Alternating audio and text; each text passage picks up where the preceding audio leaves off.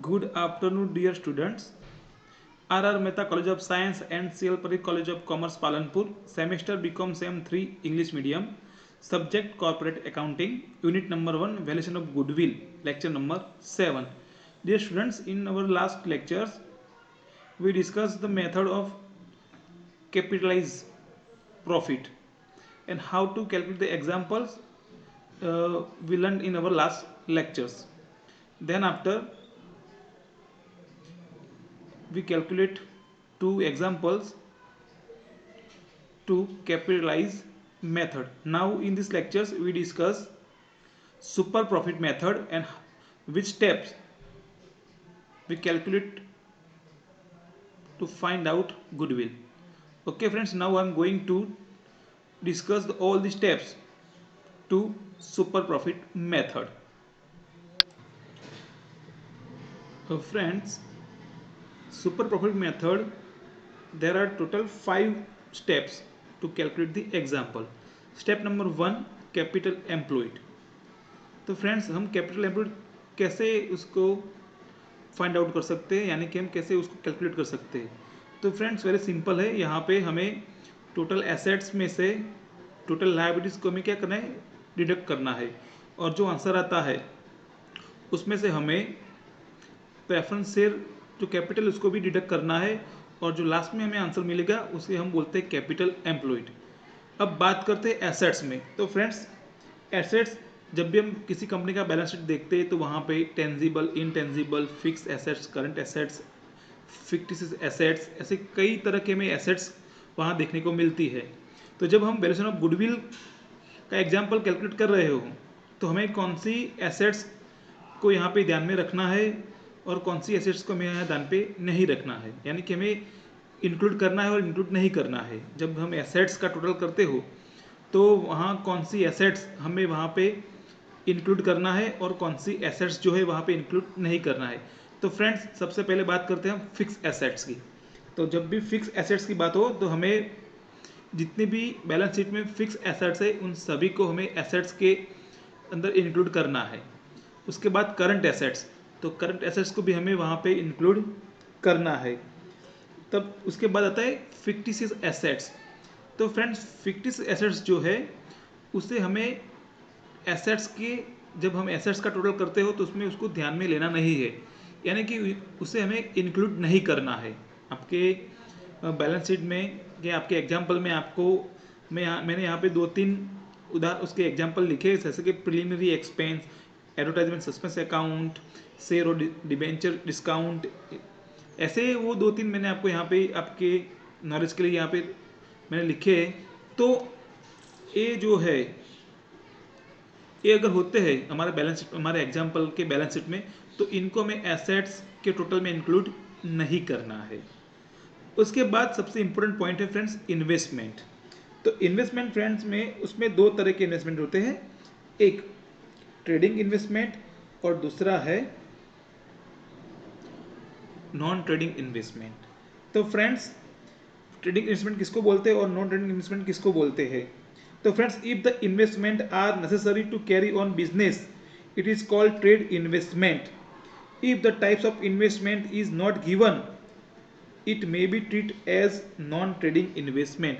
यानी कि हमें बिजनेस को कैरी फॉरवर्ड करने के लिए या कैरी करने के लिए जो भी इन्वेस्टमेंट की ज़रूरत है वो सभी क्या है, हमारे ट्रेडिंग इन्वेस्टमेंट है.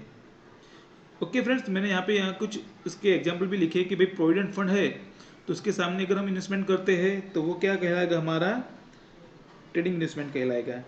उसके बाद हम अगर हमारे बिजनेस में हम अगर डिबेंचर्स इश्यू करते हैं और उसको, उसके जो डिबेंचर्स की जो मनी है वो हमें, जो मनी है उसको हमें रिडक्शन करना है, तो उसके लिए भी हमें फंड चाहिए. तो हम उसके अगेंस्ट कोई फंड के में इन्वेस्टमेंट करते हैं तो वो भी हमारा ट्रेडिंग इन्वेस्टमेंट कहलाएगा. उसके बाद सब्सिडरी कंपनीज से इन्वेस्टमेंट, अगर हम किसी और कंपनी के या अपनी ही सब्सिडरी कंपनी में अगर इन्वेस्टमेंट करते हैं और वो नेसेसरी है उस बिज़नेस को कैरी करने के लिए, तो उसे भी हम ट्रेडिंग इन्वेस्टमेंट बोलते हैं. इसके अलावा के जो भी इन्वेस्टमेंट है, सपोज गवर्नमेंट सिक्योरिटी इन्वेस्टमेंट है या XYZ कंपनी शेयर्स इन्वेस्टमेंट है, कोई भी, कि जो हमें लगता नहीं कि भाई हमें बिजनेस कैरी करने के लिए ज़रूरत है, तो ये सारे जो इन्वेस्टमेंट है उसे हम कहेंगे नॉन ट्रेडिंग इन्वेस्टमेंट फ्रेंड्स। तो ये बात हुई एसेट्स की। तो इन सब का टोटल करके फ्रेंड्स उसमें से हमें लायबिलिटीज़ को बात करना है। तो लायबिलिटी सबसे पहले फ्रेंड्स जो डिबेंचर्स है वो, उसके बाद प्रोविजन फॉर टैक्सेशन है, क्रेडिटर्स है, प्रोविडेंट फंड है, बिल्स पेबल है, एक्सेट्रा एक्सेट्रा जो भी है, उन सब का टोटल करके हमें टोटल एसेट्स में से टोटल लायबिलिटीज़ को बात करना है। और उसके बाद हमें जो आंसर मिलेगा वो कहलाएगा हमारा नेट एसेट्स। अब नेट एसेट्स में से हमें प्रेफरेंस शेयर कैपिटल और अगर कई बार आपको दिया हो इंटरिम डिविडेंड तो वो हमें यहाँ पे बात करना है। और उसके बाद जो हमें आंसर मिलता है वो कहलाता है हमारा कैपिटल एम्प्लॉयड। तो ये बात हुई स्टेप 1 की फ्रेंड्स। बहुत ही इजी है, आप इसको याद रख सकते हैं। आपको ध्यान रखना है फिक्टिस एसेट्स को आपको ध्यान पे नहीं लेना है कहीं पे भी। और दूसरी बात इन्वेस्टमेंट, तो मैंने यहाँ पे जो 3 इन्वेस्टमेंट आपको एग्जांपल के तौर पे दिए हैं, तो वो भी आपको याद रखना है कि भाई ये प्रोविडेंट फंड के अगेंस्ट हम इन्वेस्टमेंट करते हैं, सिकिंग फंड में इन्वेस्टमेंट करते हैं, या तो डिबेंचर रिडम्पशन फंड इन्वेस्टमेंट है हमारा, और सब्सिडरी कंपनी शेयर इन्वेस्टमेंट है। तो ये जो इन्वेस्टमेंट है वो हमारा कौन सा इन्वेस्टमेंट है? ट्रेडिंग इन्वेस्टमेंट है। और उसके अलावा जो भी इन्वेस्टमेंट है वो हमारा कौन सा है? नॉन ट्रेडिंग इन्वेस्टमेंट है। तो फ्रेंड्स प्लीज़ इसको याद रखना है, सबसे इंपॉर्टेंट पॉइंट है। अगर आप यहाँ पे गलती करोगे चूज़ करने में तो आपका जो पूरा एग्जाम्पल है वो गलत हो जाएगा। तो फ्रेंड्स मैं आपसे रिक्वेस्ट करूंगा कि जब भी आप एग्जाम्पल कैलकुलेट करें तो सबसे पहले इस पॉइंट को सबसे ज़्यादा हाईलाइट करें या इसको दिमाग में रखें कि भाई कौन सी ट्रेडिंग इन्वेस्टमेंट है और कौन से नॉन ट्रेडिंग इन्वेस्टमेंट है। ओके फ्रेंड्स, नाउ अब चलते हम दूसरे स्टेप पे, जिसका नाम है एक्सपेक्टेड प्रॉफिट। तो फ्रेंड जैसे मैंने आपको बताया वैसे ही कि एक्सपेक्टेड प्रॉफिट हम कैसे फाइंड आउट कर सकते हैं। तो फ्रेंड्स हमने जब स्टेप 1 में जो कैपिटल एम्प्लॉयड हमने यहाँ पे जो फाइंड आउट किया है उसको हमें रेट ऑफ रिटर्न, यानी कि अगर हम दूसरी जगह अपना इन्वेस्टमेंट करते हैं या दूसरी जगह हम पैसे लगाते हैं तो हमें कितना रिटर्न मिलना चाहिए, तो ऐसे एक एजम्पशन करके हम यहाँ पे रेट ऑफ रिटर्न हमें दिया होगा एग्जाम्पल में, उसके साथ मल्टीप्लाई हमें करना है और अपॉन 100 करके जो भी आंसर आएगा हमारा वो कहलाएगा हमारा रेट ऑफ, यानी कि एक्सपेक्टेड प्रॉफिट। यानी कि जो अगर आपका फ्रेंड्स कैपिटल एम्प्लॉयड गलत हो गया तो आपका कैपिटल एम्प्लॉयड के आधार पे हम जो एक्सपेक्टेड प्रॉफिट फाइंड आउट करेंगे यहाँ पे वो भी गलत हो जाएगा। तो फ्रेंड्स प्लीज़ ये भी आपको ध्यान में रखना है कि स्टेप 1 2 जो है वो स्टेप 1 पे डिपेंड करता है। अब बात करते हैं स्टेप 3 की, फ्यूचर मेंटेनेबल प्रॉफिट, यानी कि फ्यूचर्स में हम कितना प्रॉफिट मेंटेन कर सकते हैं। तो friends it's also very important point, ये भी बहुत ही इंपॉर्टेंट पॉइंट है। तो हमें यहाँ पे सबसे पहले क्या फाइंड आउट करना है? एवरेज प्रॉफिट या तो वेटेज एवरेज प्रॉफिट। हमें एग्जाम्पल में जो भी प्रॉफिट दिया हो या जो भी मेथड से हमें बोला गया हो उस मेथड से हमें यहाँ प्रॉफिट फाइंड आउट करना है। अगर एवरेज प्रॉफिट है तो फ्रेंड्स कोई बात नहीं, आपके टोटल जो प्रॉफिट है उसका टोटल करना है और अपॉन नंबर ऑफ ईयर्स करना है, तो आपको एवरेज प्रॉफिट मिल जाएगा। बात करते हैं वेटेज एवरेज प्रॉफिट की, तो फ्रेंड्स यहाँ पे अब कब इसको यूज करना है? तो फ्रेंड्स समझ लीजिए कि जब आपका प्रॉफिट कंटिन्यूसली इंक्रीज हो रहा है या तो कंटिन्यूसली डिक्रीज हो रहा है, यानी कि आपका प्रॉफिट लगातार बढ़ रहा है या तो लगातार घट रहा है। देखो यहाँ पे बढ़ रहा है कि भाई 10,000 11,000 12,000, तो यहाँ पे 3,000 मैंने 3 ईयर्स का प्रॉफिट यहाँ पे आपको एग्जांपल के दौर पे दिया है, तो तीनों साल में आप देखिए हर बार प्रॉफिट इंक्रीज कर रहा है। सपोज कि आपका प्रॉफिट डिक्रीज कर रहा है तो 12,000 11,000 और 10,000, तो यहाँ पे भी आप देखिए कि आपका प्रॉफिट जो है वो डिक्रीज हो रहा है। अगर ऐसे कंटिन्यूस इंक्रीज और डिक्रीज हो रहा हो तभी आपको आपका जो मेथड है वो वेटेज एवरेज मेथड यूज करके आपको आपका एवरेज प्रॉफिट फाइंड आउट करना है। उसके बाद अगर हमने एवरेज प्रॉफिट फाइंड आउट कर लिया, उसके बाद हमें कौन सी कैलकुलेशन करनी है? तो फ्रेंड्स हमें यहाँ पे ऐसा एक टेबल बनाना है। देखिए मैंने यहाँ पे आपको टेबल बना के दिया है कि भाई एवरेज प्रॉफिट हमने यहाँ पे लिख दिया, उसमें से हमें क्या बात करना है? तो इंटरेस्ट ऑन इन्वेस्टमेंट। तो यहाँ पे कौन सा? तो non trading. Friends non trading investment पे हमें इंटरेस्ट कैलकुलेट करना है और यहाँ पे हमें उससे डिडक्ट कर देना है। कहाँ किसमें से? तो एवरेज प्रॉफिट से सबसे पहले इसको डिक्रीज कर देना है, मैंने मीन्स डिडक्ट कर देना है। अब फ्रेंड्स यहाँ पे मैं आपको बता दूं कि यहाँ पे हम जब एवरेज प्रॉफिट यहाँ फाइंड आउट करेंगे तब आपको एग्जाम्पल में ऐसे दो वर्ड्स आपको लगातार देखने को मिलेंगे कि भाई लास्ट 3 इयर्स का प्रॉफिट है आफ्टर टैक्स और बिफोर टैक्स। तो इसका मतलब क्या होता है फ्रेंड्स, हम यहाँ पे कि भाई प्रॉफिट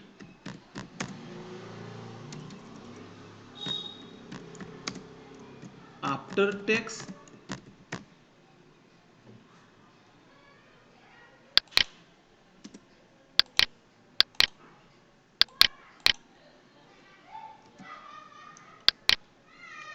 आफ्टर टैक्स और एक वर्ड होगा before tax.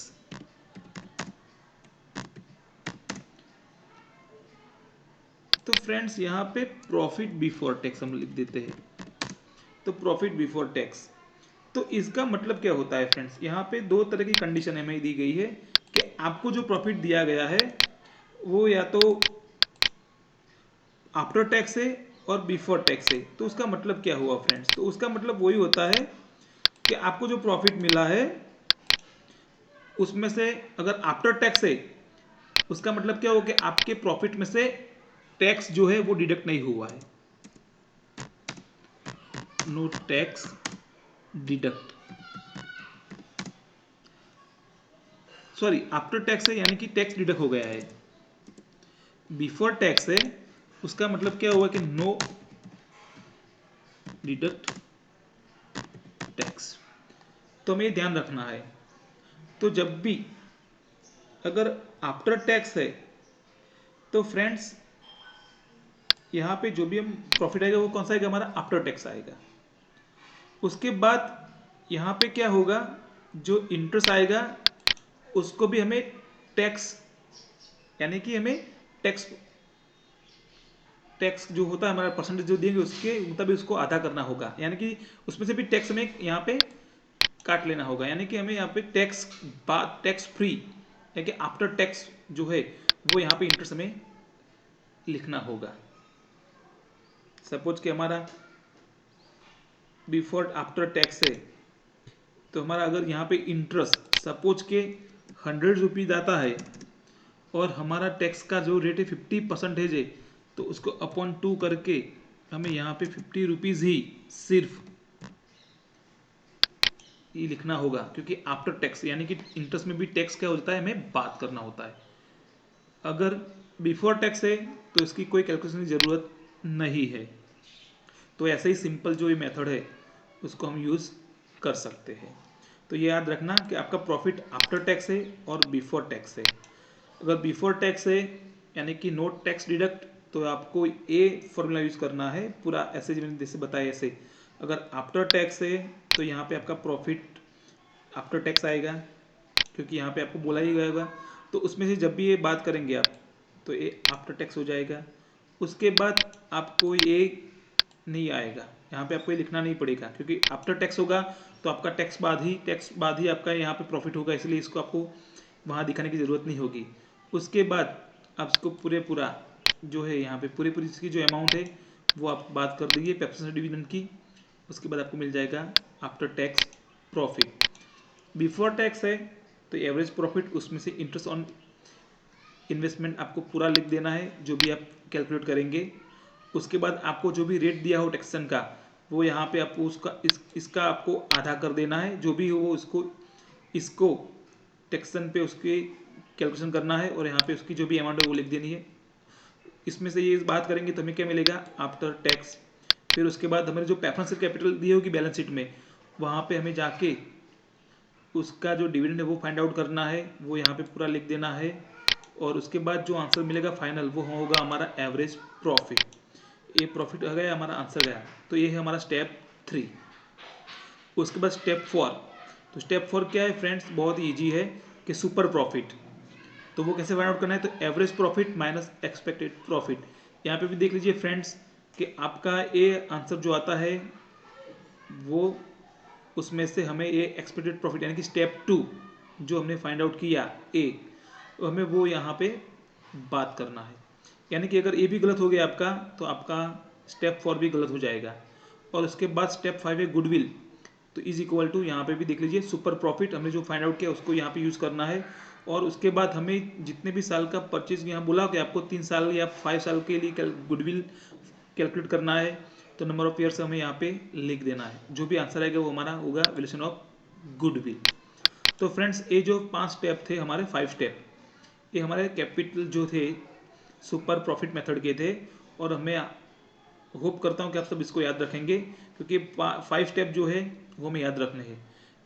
Capitalise profit method थी, उसमें हमें 4 स्टेप थे, और सुपर प्रॉफिट में कितने स्टेप है? 5 स्टेप है। एक बार फिर से हम देख लेते हैं कि फर्स्ट स्टेप कौन सा था, तो कैपिटल एम्प्लॉयड था। दूसरा स्टेप कौन सा? Expected profit. तो उसको कैसे फाइंड आउट करना है? तो capital employed multiply rate of return upon 100।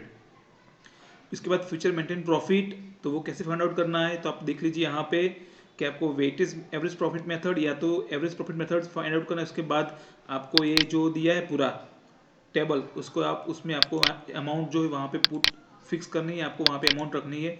जो भी आंसर आएगा वो आपका एवरेज प्रॉफिट। उसके बाद स्टेप 4 कौन सा है? तो super profit minus average profit minus expected profit. और लास्ट स्टेप हो गया हमारा goodwill is equal to super profit multiply number of years. तो फ्रेंड ये सब हमारा हो गया सुपर प्रॉफिट मेथड का स्टेप। अगले लेक्चर में हम इसका फर्स्ट एग्जांपल स्टार्ट करेंगे कि भाई सुपर प्रॉफिट मेथड में हम एग्जांपल कैसे कैलकुलेट कर सकते हैं। तो नेक्स्ट लेक्चर में हम इसका फर्स्ट एग्जांपल जो है वो कैलकुलेट करेंगे। तो मैं आशा रखता हूं कि आप सब इस वीडियो को लाइक करेंगे और सब्सक्राइब भी मेरे चैनल को करेंगे फ्रेंड्स, ताकि आपको मेरे जब जब भी नए वीडियोज़ आए वो उसका नोटिफिकेशन आपको तुरंत ही मिल जाए और आप उसको देख सके। अभी फ़िलहाल तो फ्रेंड्स कोरोना जो चल रहा है पूरे देश में, तो उससे बचिए। जब भी अगर आप घर से बाहर जाते हो कहीं पे भी, तो प्लीज़ आप मास्क पहनना ना भूलें, और हाथ को बार बार आप सैनिटाइजर करते रहे, या तो साबुन से आप या हैंड वॉश से आप उसको साफ करते रहे। और दूसरी सबसे बड़ी चीज़ सोशल डिस्टेंसिंग। आप फ्रेंड्स सोशल डिस्टेंसिंग रखिए, तभी हम अपने देश को और अपने शहर को कोरोना से बचा सकते हैं और अपने फैमिली को भी बचा सकते हैं। जय हिंद, थैंक यू।